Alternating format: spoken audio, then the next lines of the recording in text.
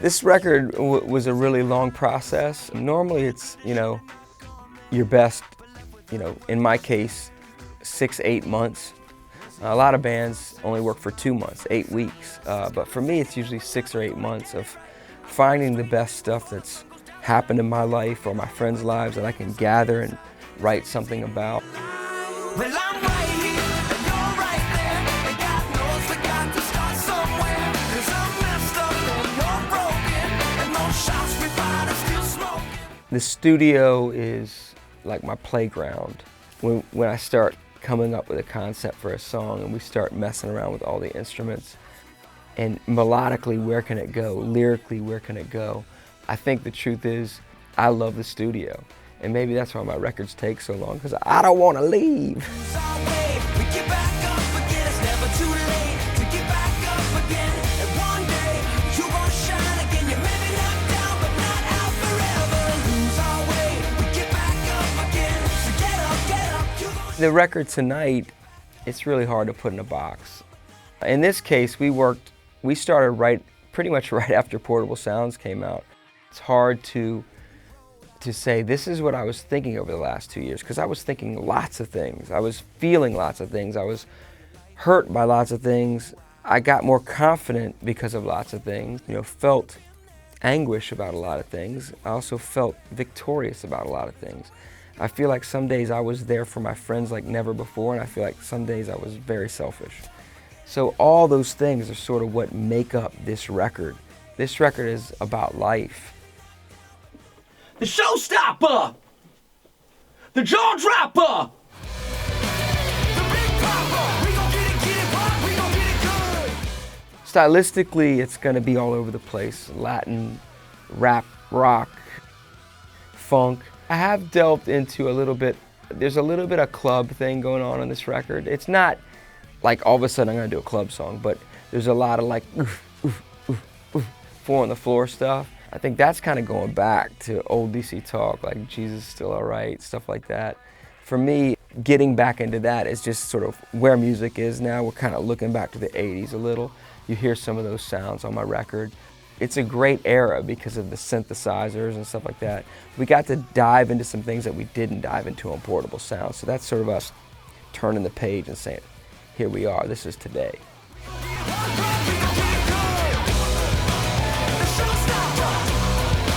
Yeah, so this is kind of where it all goes down vocally. This is the vocal booth at Chris Stevens' studio where 7 or 8 songs were cut. So usually I sing in here all by my lonesome. I don't have the glass to look at him. I don't want to look at him when I'm cutting vocals, man.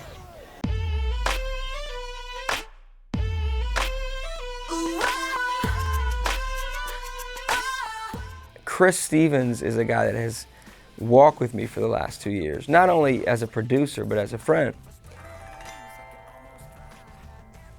In April 2008, I began working on Tobymac's 4th studio album, entitled Tonight. 19 months and 5 trips to the ER later, we're finished, finally. Feels good. Some of the songs might even, when I'm writing, it might even been about the tension between he and I, because I take so long to make records, and I know it puts a lot of pressure on, but he's a man that not only is a genius in the studio, but he's very patient. But I definitely feel like I'm blessed to be able to do what I do for a living and to have so much fun doing it. Wait a minute, just a second.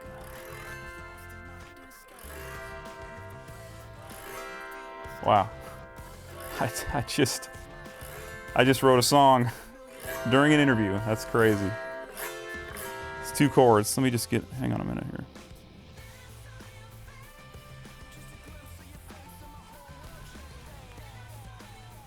Toby, hey, it's Chris. Yeah, no, I'm doing an interview. Yeah, it's for your record. Yes. Well, no, actually I'm calling just to tell you that I just wrote a song during the interview, and I wanted you to hear it. So you want to check it out? All right, listen. I'm just gonna put this. I'll put the mic right up. I'll put the phone right up to the auto harp. Yeah, it's the auto harp. I mean, we always use the auto harp, so I figured why not. I just kind of take it with. Yeah. Okay. All right.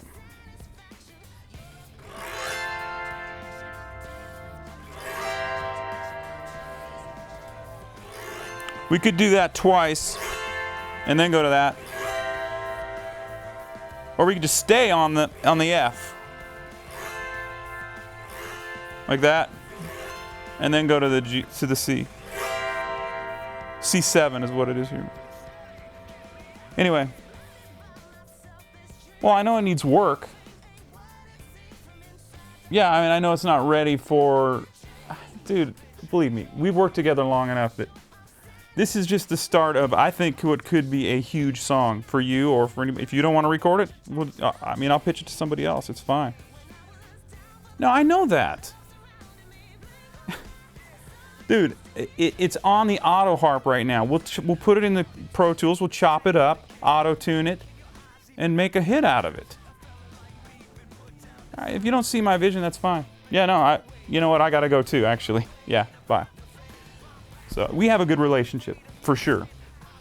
You know, some people believe in that spontaneous stroke of genius, and I know there are artists out there like that. And some people say you should never go back on that first stroke of genius.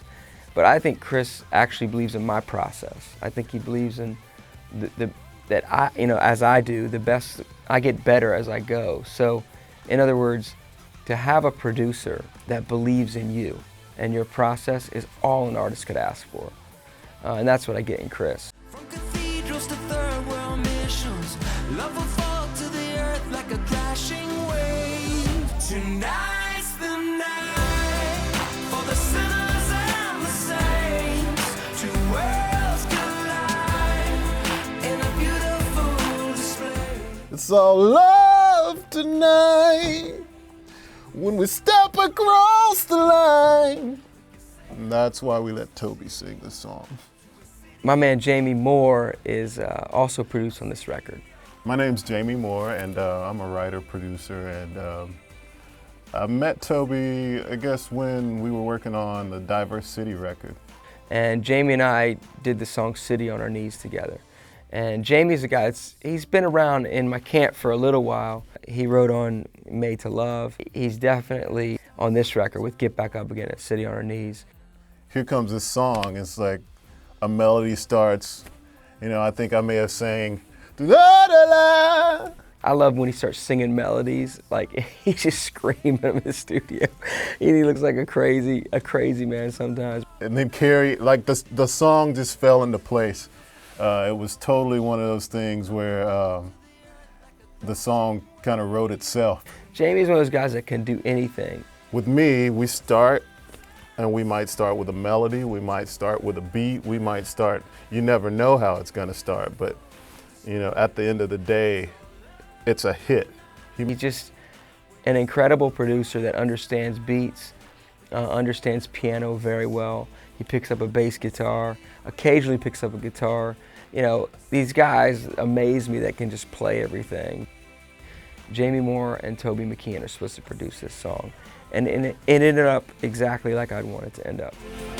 A city on our knees. A city on our knees.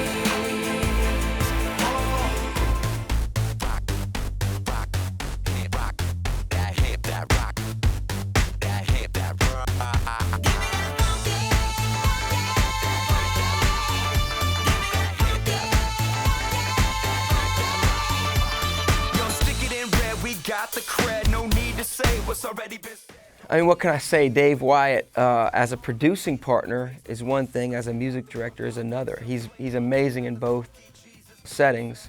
My name's Dave D-Dub Wyatt. I'm Toby's band director. Have been for like 8 years or something like that now. So when I'm on stage with Toby, I'm his music director. I help kind of put the whole show together with him, as well as the whole band. We all kind of collaborate. I'm just in charge of making sure it happens on stage and directing traffic if it needs directing. And then In the studio, when I'm working with Toby on a song, I kind of help him put the track together, almost like what I do for him live. In the studio, it's kind of the same thing. I always lean on Dave for the funky stuff. I know he can produce rock and roll and stuff like that, but there's not too many producers in town, in Nashville, the surrounding areas, that actually gets down on the funk and actually it's legitimate. The way the songs come together is usually we'll start with a track, and that would be like a drum, usually a drum beat, some kind of bass or synth idea, and then Toby's vocals. We did a song on this record together called Funky Jesus Music, so that pretty much sums up who I think Dave is. Toby's one of the only ones who could get away with saying Funky Jesus Music, and it'd be cool. Being my music director for the past 8 years, I know Dave knows what I'm going for, that gritty funk meets hip hop. So this hook, Funky Jesus Music, it came, we had started one idea, we scratched it, but we still had this track that Toby really wanted this track on the record because he felt like he needed this kind of song on his album. So we sat there and we just looped the chorus over and over again, and he took the concept of an idea he had started with he had gotten from Brian Haley, our drummer, Funky Jesus Music. He took that and he just kind of applied it to this song, and it just felt right, and Toby knew he was onto something, so we rocked it from there. Give me that funky Jesus music, give me that soulful gumbo. Give me that funky music. It's not just this Christian music that you can put over in this bubble, it's all nice and safe. This is funky Jesus music, and I think everybody needs some. Party crew, let's go. I think if we're not evolving as artists, as my friend Michael Tate once said, I just say if we're not evolving, we're dying. He would say, if we're not evolving, we're dissolving. I'm happy to be evolving.